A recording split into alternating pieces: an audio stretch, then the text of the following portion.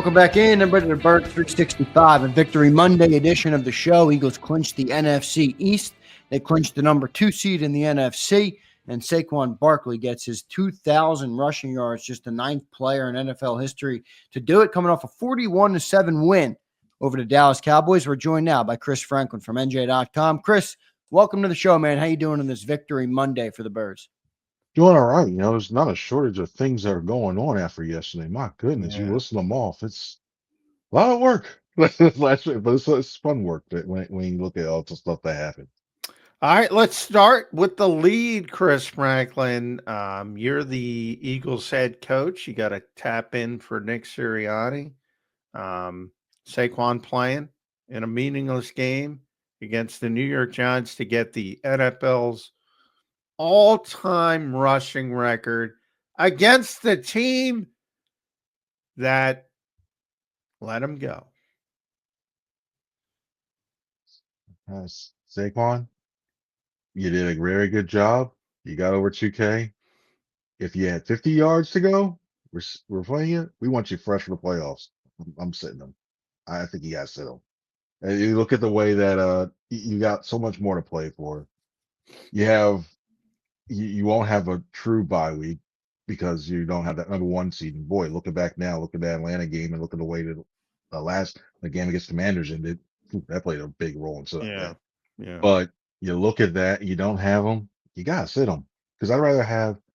I don't want to risk it because if you throw them out there just to try to get that means you got to send the offensive line out. You send the offensive line out, somebody gets rolled up on, and you lose them for the following week in a wild card game. You're questioning yourself. So I'm not throwing no offense to the backups at all, but I'm not putting him out there just to run behind the backup line. You got to play everybody. You got to play everybody. Yeah. So I got to sit him. And you got to play Jaylen Hurts. Yeah. Are you playing Jaylen Hurts this week? Because he's going to pass concussion protocol. Let's be honest. Although the Eagles may not admit it, but because he's not playing. But would you play Jaylen Hurts? Yeah, and that simulated game in practice that we can't see. Yeah, I do that. Chris, you don't have any concern about that? John tells me I shouldn't have any concern about that. I don't know. I don't love the idea of 3 straight weeks off for Jaylen coming into a crunch time playoff game that you must win. It's not my favorite scenario, if I'm being honest. What's your take on that? I think it's happened before, and we've seen this happen before with other quarterbacks as well, too. I think with Jaylen, if there was something where he was a year into a new system or he was still very green, then yeah, I'd probably worry about that, especially with everything in there. But being that he's experienced the playoffs before, being that he is a little rusty, yeah, I think this is a week where you ramp him up in practice. You do as much as you can. You sit him out for the game. And you give these guys a little bit of rest. You let them get physical a little bit, a couple of days, and then he goes on. Like game speed, what have you. I know it's going to be a little rusty, what have you, but I think everybody's going to be rusty because I wouldn't be surprised if some of these other By the teams way, they start slowly anyway, 95% of the time. So that's just baked into it. You don't want that, though, in the playoffs, Johnny Mac. You don't want that in the playoffs. Well, yeah, we'll see. But I'm not worried about rust with Jaylen Hurts. In fact, I look at it, Chris, as a bit of a silver lining because you calm the finger down, which has been an issue for him when it comes to ball handling and stuff like that. He's still got the broken finger, as he calls it, the shattered finger. So you calm that part of it down. I think that's a little bit of a silver lining in the fact that he should be healthier for the first game in the playoffs. Yeah, I'd even be more concerned if it was on his throwing hand. Since it's not throwing hand, okay, yeah, it's the one that protects the ball and moves around and under center. Yeah, but that one, then I think the biggest thing is just the fact that he doesn't feel like he got beat up over time. Just the fact that he's fresh for these last 3 years. We had to move around a little bit more, especially those legs too. That's the big thing. I know the concussion protocol is the head injury. You got to deal with all that stuff, but he's not running around. He's not getting hit for another week. He's not getting what have you. So I think you're going to have a really rested, fresh thing. And I wouldn't be surprised when you use him in the design run game on his own read, not throwing him out there like 20 billion times and running it. But whenever you do that, I think you'll see an extra quick step before him as well, too, getting around that edge. And I think it'll be a little bit more effective, at least early in the playoffs. All right, who do you want? Green Bay Packers or Washington Commanders? Packers. And I'm saying without Really? hesitation, I want the Packers. The reason being, you look at the Packers are a team when I look at them, especially the 3-2 in the last 5 games. The 2 losses came against, you can say it's a division, but they came against the Vikings and the Lions, 2 of the best teams in the conference. Very close games, though. Very close. Yeah, they're close. One possession games, yeah. But I look at this one, it's more. You haven't seen them in since the season opener. That Commanders game, that's become personal now. When you look at both sides, the way it's hated, the way it's that one too, and I think it's one of those things where you look at the Commanders like they'll get every team gets up in the playoffs, but it's one of those things where you're like, wow, it's cool, and like they're really going to try to. They're really going to try to take it to them no matter what, and try to step on you in the face, what have you. See some dirty stuff, and we've seen how tensions have flared between these 2 teams, and you don't want, say, Jalen Carter, cheating, what have you, somebody get kicked, thrown out for saying something, doing something extracurricular. And then I look at the way that the Packers' offense has been operating lately. I mean, Josh Jacobs hasn't gotten 100 yards in a while. You look at the last couple of games against the Saints, and you look against the Vikings. He hasn't thrown over, what's his name? Jordan Love hasn't thrown over 200 yards. And I look at those combinations. It's not going to matter because it's Green Bay coming in here. But the fact they're coming on the road, they have to use their silent count and everything, and little factors like that. I'm taking, and they're not used to playing in the link as much as the Commanders were. I'd rather take the Packers. And wow, I'm surprised. I got to be honest. I'm Me surprised. Most people are fearful of that mighty, explosive Green Bay Packers. I think here's my thing. I think the Packers have more talent than the Commanders at this stage, but I think they're poorly coached. I think the Commanders with Dan Quinn, as weird as it sounds, are a better coach team. But while I say that, I'd still rather face the team with less talent than the team with more talent. That's where I am with Green Bay, because if they click on a particular game day, they can be tough to stop. And I'll count this. Another reason why I don't want to see the Commanders, they're clicking right now, and they got no momentum. They got a lot of young guys who don't know that it's a playoff game, and sometimes you think the lights are bright or whatever. These guys, it's like, we didn't think we'll be this far right now. We got house money. Might as well. Well, that's true. You can look at it all ways. Yeah. Like, I like Vic against young quarterbacks, but I thought Vic was uncharacteristic the second time against Jaden Daniels. He's blitzing. It's like, you didn't blitz at all in the first one. You completely shut him down for the most part. And then I thought he got a little bit too, okay, we got to do something different. Well, let's make him see if he can handle this before you do something different. I thought he made a big mistake there. So maybe there's sort of the market correction and it goes back to normal. Either way, you're going to have to beat a good team, Chris Franklin. The NFC is deep. There's going to be a 5 seed that probably wins 14 games. It's crazy. And remember all the talk we were talking before the season, myself included, like, the AFC is going to be tough. Look at the AFC. Yeah. Right, the face, like, I think it's really things. I don't even care if it's the Chiefs that come out the AFC. I think whoever wins the NFC wins the Super Bowl this year. It's that tough because it's a war of attrition. I'm not going that far. The Kansas City Chiefs still exist, Chris. Yeah. Boy, the Chiefs, I'll tell you what about the Chiefs, Chris. They're playing better. They got Hopkins playing like Hopkins. They got Hollywood Brown back. They're getting their guys back at the right time. Boy, the Chiefs look tough, man. You got a bunch of running backs now. I mean, yeah, Pacheco's back. Yeah, I don't think it's going to be I don't think it'll be pushover, but to see that the flaw that they have a fatal flaw, and when you look at the players that we look at the game against the Bills, when you look at some of their other wins that they've had, they're one possession games and they've been really close. When you come to really, really talented teams, I just look at them and I think there's one little thing there, and you still have the Andy factor. I know he's cleaned up some of the time management stuff that still crops up here and there. It's still. And I look at the assistant. Spagnola's the only assistant that I really worry, or coach besides Andy, I worry about on that staff. Other than that, You don't like Matt it can be Nagy? had. Matt I know Nagy. the University. Nah, it's. And if somebody tries to take him as a head coach again, good luck. Yeah, you got that. That's Speaking of head coaches, and you mentioned Delaware and your history with Delaware, has there ever been a less likely head coach than Deshaun Jackson? Delaware State? Where did that come from? Hey, it's a trend. I mean, everybody's work. I mean, Eddie George. Well, you can really go back to Doug Williams too with Brandon. But when it comes to HBCUs, you look at the former players going back there, and it's good. And I think Mike has. I didn't perceive Deshaun happening at all, and I When think is with him, Shady getting a job? I'm trying Shady's to think. next. Maybe Morgan State opens up sometime soon or something like that. Then you had the Eagle instead of the MEAC, like the Mid-Eastern Conference, you got the Middle Eagles Conference or Athletic Conference, what have you, because you have three. No, I can't wait. The one thing I cannot wait to see is Vic versus Jackson on the sideline. I'm gonna try a lobby to cover that because that's gonna be interesting to watch. Because Yeah. huh?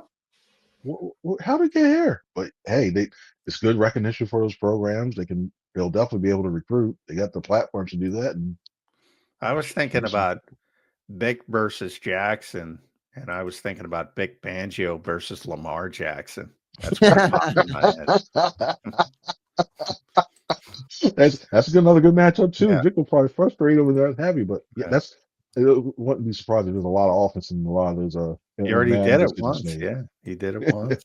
Yeah. Chris, a lot of talk about Tanner McKee. You like him over Kenny Pickett? What'd you make of the game yesterday? I thought both. Let me add the gutsy Kenny Pickett playing through broken ribs. A lot of talk. Yeah. I thought both backups played pretty good yesterday. What'd you see? I'll start with that. In looking at Kate for dealing what he was dealing with, for taking those shots that he took and able to stand within there. There's a lot of playing quarterbacks, not an easy position. And it's not just for the X's and O's part, what have you. A lot of his mentality of staying in the pocket, throwing them, taking the shots. He showed me something yesterday, being able to do that. He looked good in terms of that. He's surprised. This is going to sound really bad. I'll call it, but he still shocked me on a couple of those longer throws towards the end zone, especially to Devontae Smith. It kind of shocked me. I was like, I was a deep corner around and hit him. And it was a shocking night. You have to worry about that.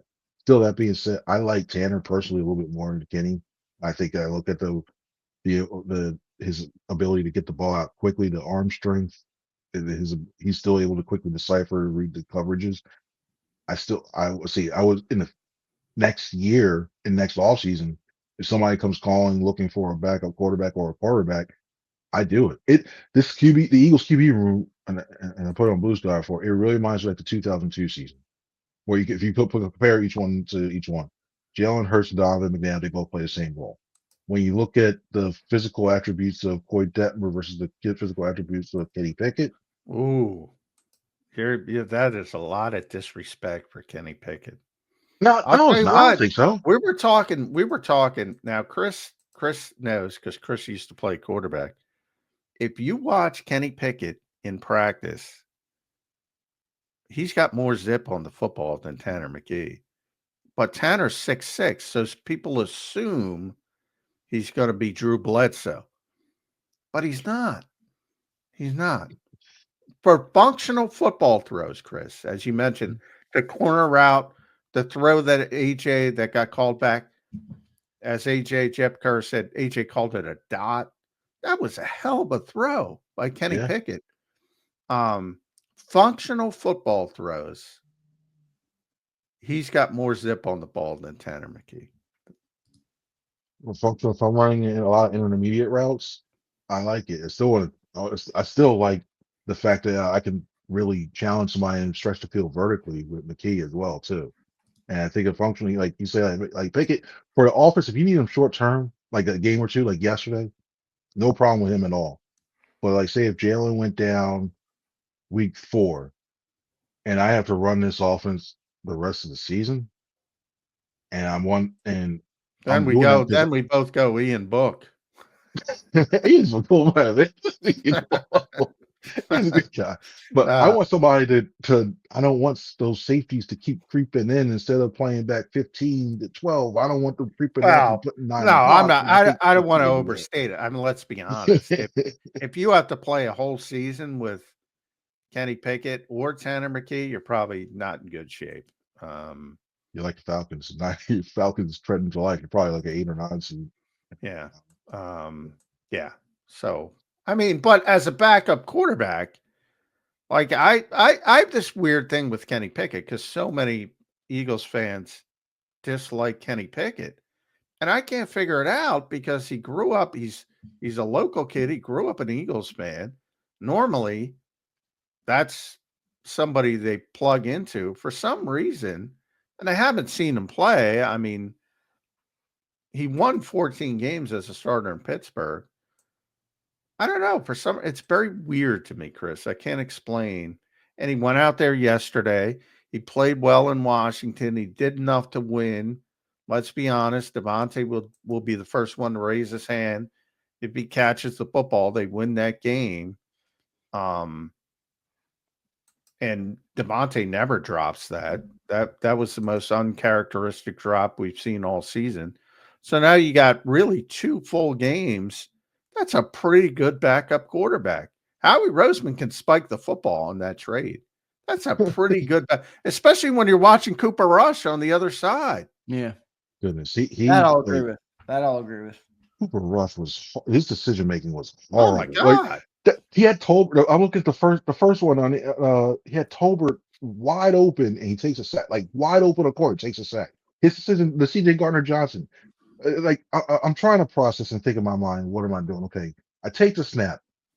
I'm looking at this pressure. Oh, let me look at the receiver that's right there. Oh, hi, you know what? I Milton Williams race. Let me throw to that receiver sitting there with a bracket over top of him. What is he thinking? Like that was one of the worst pick six I've ever seen. I'm like, what are you doing, dude? You might as well just pick pointing to him. I'm throwing here. Here I go. This is bad. So yeah, I think if you put that definition on it and say, all right, what do you want out of your backup quarterback? Maybe because of Nick Foles, maybe Philadelphia's a little bit broken and they expect more. But generally, when you talk about backup quarterbacks, you want a guy you can persevere with for a game or two in case Jaylen Hurts sprains his ankle or in this case gets a concussion. And he did it. He did it. He had you in a position to win one game, and he won you the second game with broken ribs. If I'm Howie, I'm spiking the football. See? I got us a good backup quarterback. Yeah, I think so. I think it was an upgrade over Gardner Minshew. It was an upgrade over Gardner Minshew, and it gets you moving and you treaded water. And it was so. Yeah, I had no problem with that for a short term. And you got another interesting decision coming up because you still got on the contract. The key is it's an interesting decision coming up that I think that they keep Pickett. Maybe they try to offload. I don't know. It's too much going on that. It's still way too early, but yeah, it's a good problem to have to have 2 good competent backup quarterbacks. You think Pickett sits next week, Chris, because of the ribs? I would. I really would. And there's also like you can probably get away with this stuff too because you got so much. You don't have to play a lot of these guys now. So maybe you do see Pickett and Book. You rest up both and you go from there. I'm not activating anybody. Honestly, I'm not really activating anybody right away from the IR or something like that for him. Just like you said, I wonder if they activate the practice window for Goddard and stuff like that. See if they can do stuff like that. But yeah, I start because get him as many reps as you can, showcase him, split some tape out there. Like, hey, look at the end of the Cowboys game. Hey, look what he did against the Giants. Now, which is saying like, yeah, it's the Cowboys and Giants, but still, look what he did against them. Put some tape on him, and then let Book get some run as to say, hey, thanks for coming in, filling in for this role for us. We know it's rough. You know you're not really doing anything, but we needed you. You came here. Here's a half. Here's the second half. Put some tape out there, and hopefully somebody signs you next season. Yeah, I think we might see some Ian Book this weekend. I'm not even joking. Yeah. Lou And it Nichols, probably Aaron won't Davis look as good Price. without AJ Brown and the No. Devontae Smith I and the think starting offensive Jahan line. Dotson might get a target though. Oh, Jesus. I still don't know what the hell I don't happened even there. know. That Olamide people, Zaccheaus was torching people last night. yeah. Olamide's having a good year, man. Yes, he is. Yeah. He's caught on, and they learned how to. You wonder now if you had him. Well, they still probably get the same No, amount he of wouldn't targets as do Dotson. anything here. Yeah, Anything. They wouldn't look at him. Yeah, but the They- problem is, John, we sent a third rounder to replace him. So, like, if you weren't going to do anything, I would have rather just paid Olamide. What did he get paid? Not much. Nothing. 1 year. That's what I mean. We veteran sent minimum. a third rounder for a third. If we weren't going to use him, shit, just pay Olamide the 1 million or 1.2, whatever the heck it was, and keep him here instead of sending a third for Dotson, who doesn't get the ball. I think part of that was also they got the extra year too with him, so that's why I'm wondering that it costs a little bit more. I would try. I bet you try. I wouldn't be surprised if Howie tried to float like a fifth or like a six or something like that. But it's like we got the extra year, and everybody knew they're trying to get rid of him too. And So I think Howie has a different job. I think people realize, like Howie looks at the roster and says, "All right, I need to improve here," and then the coaching staff gets the roster and says, "All right, we don't need to get these people involved because it's going to AJ and DeMonte." So, it doesn't matter. We've now seen Olamide, we've seen Julio Jones, we've seen Quez, we've seen Jahan Dotson now. It could be Johnny Wilson, it could be Anais Smith, anybody. They're not Greg Ward. the one guy who got the ball a little bit and then he got hurt was Britton Covey. Britton was starting to get involved in the offense, and unfortunately, he's done for the season now. Everybody else, they don't even target. So people say Jahan Dotson stinks. Maybe he does. I don't know. I can't tell you. He doesn't get opportunities. Well, first I thought it was a Jaylen Hurts thing, but we've had a couple other quarterbacks in there now, and they still don't go to him. So, I mean, even when you had AJ Brown miss time, Devontae Smith missed time, still nothing for Jahan Dotson. I can't figure it out. Clear out routes, third options, fourth options, and blocking. That's pretty much you're getting out. But he wasn't a third option every game. One of my favorite Doug Peterson moments was Mac Hollins at the time. And Doug just got so frustrated, and he said, and I could say it now because he admitted it, and he said, he's the sixth freaking option. You should fire me if I'm drawing up plays for the sixth option. That's how the Eagles look at things. Yeah. Well, maybe next time tell Howie Roseman that so that he doesn't send a third round pick. I mean, what the fuck? Yeah, well, Howie will tell you it's draft manipulation because they got to pick back. I think what they get back, a fifth rounder, fifth. Yeah. They got it back. They got that back. Was it fifth or sixth, and then we'll know that's going to be used. Day 3 pick for a guy that got, what does he have? 10 catches this year? Maybe that. I don't even know if he has that. I think he's got 9 or 10. No, he's 12. He's up to 12. 12. All right. Let's go. Yeah, they got a fifth round pick back in exchange for a conditional third, which is the higher of the Eagles pick and the Dolphins. So a third for some rub routes, Johnny Mac. That's what the deal was. Yeah. Well, they got a fifth back. That they always. If I ever say that, they always text me. Remember, we got a fifth back. Yeah, of course they say that. That was a crappy trade, though. Anyway, all right, Chris. A couple minutes left here. Final question. Just your final thoughts on that game, man? What do you flush it and move on? I think it's a big win for the Birds, obviously, but you played a shitty Dallas Cowboy team. Are you all sights on the playoffs? No starters next week. Get Ian Book into the game and prepare for playoffs. Yeah, I think this is a game where you start to see you really test to see how your depth is. This is a development game. You want to see all these guys, the rookies that you haven't seen all season. I want to see what Max Keegan looks like, what he looked like from training camp, put it in now. I want to see what Anais Smith looks like. I want to see Johnny Wilson. I want to see what these guys, how far they've gotten across. And Darian Kennard. Boy, I don't Yeah. want to see any of those guys.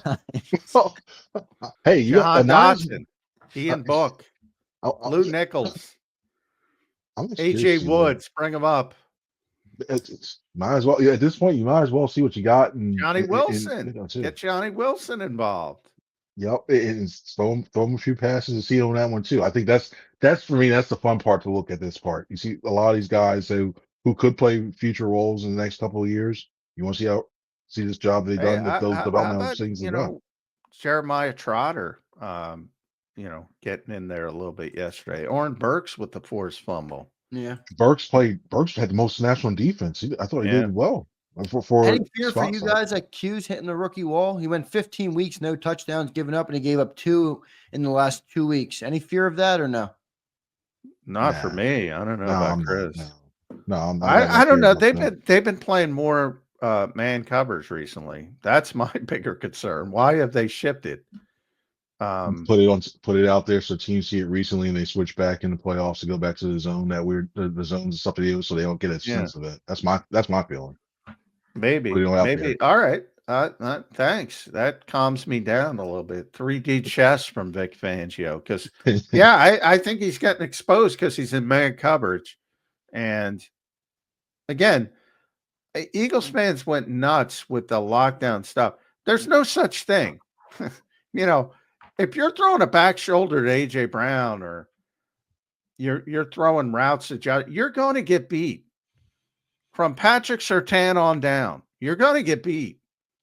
Sauce Gardner, Jair Alexander, when he's ever healthy, all these good press corners, they all get beat. Jalen Ramsey's going to the Hall of Fame. He gets beat. Quinyon Mitchell's out there on an island with Terry McLaurin. He's going to get beat. What Vic didn't do was protect him earlier. Why? Hopefully Chris is right. Hopefully they ship back to what they were doing earlier in the season. I think that's the issue. But I don't think rookie wall has anything to do with it. And they've had the blitz more too, because you haven't gotten a lot the sometimes towards later games you haven't gotten the pass rush that you needed. Yeah. So blitzing more, you gotta go more man. Right. Yeah. Yep. Yeah. Good stuff, Chris Franklin. Thanks for joining today, brother. We appreciate it. Make sure you guys follow Chris at C Franklin News. Read all of his work at nj.com, one of the best in the business. Chris, we appreciate you joining today, brother. We'll talk to you again soon. All right, y'all have a good one now. Happy New Year. Thanks, bud. Thank you, man. Happy New Year. Appreciate it. Good stuff from Chris Franklin there on Birds 365. Always appreciate talking to Chris and Jeff, two great guests that we had on here on Monday. Birds clinch the NFC East, everybody. Clinch the number 2 seed in the NFC. Saquon Barkley, 2K yards. So good game yesterday, John. We got a couple super chats we'll read, but any thoughts after listening to Jeff and Chris break it down? Well, I like Chris's thought on defense. We haven't talked much about the defense today because of the backup quarterbacks in Saquon 2000. But yeah, the defense is, shifted a little bit, and it hasn't been that successful to shift. But they have created a lot of turnovers, John. 9 Yeah, turnovers. they have gotten a lot of turnovers. They gave up a ton of explosive plays in Washington, though. Yeah, and they gave up a couple yesterday too, and a couple that Cooper Rush missed, a couple overthrows. Yeah, he had a big play to Cavante Turpin too, where Turpin just dropped. They had that screen set up, man. Yeah. He might have took that to the house, and Turpin dropped it. That wasn't his fault, but yeah, Dallas was really limited, so it didn't show up as much. But yeah, maybe Chris is on to something. Maybe they ship back for the playoffs. But I mean, they were so successful doing it, and to the point where, we talked about Vic's history, which is pretty stunningly consistent about blitz percentages, right? 20, 22, 23, low 20% every. He was even a little below that at one point, wasn't he? Oh, he? yeah. He was down at 17.7. Maybe he just wanted to get back to 22%. And I'd have to look up where it is right now. But yeah, he was down at, I know, 17.7% was as low as he got. And that's pretty low.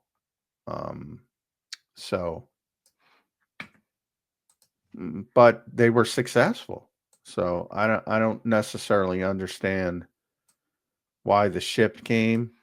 And it came in the Commanders game. And I'm, thinking they were so successful against Shane Daniels in that first game. They had him confused. And obviously the second game didn't work. So you wonder what was going on. I'm trying to pull it up where the Eagles are. Still low, 18.1%. So it hasn't spiked it that much, but it hasn't looked as good. And they certainly, because Quinion and Slay have been beaten on islands recently. Yeah, they have.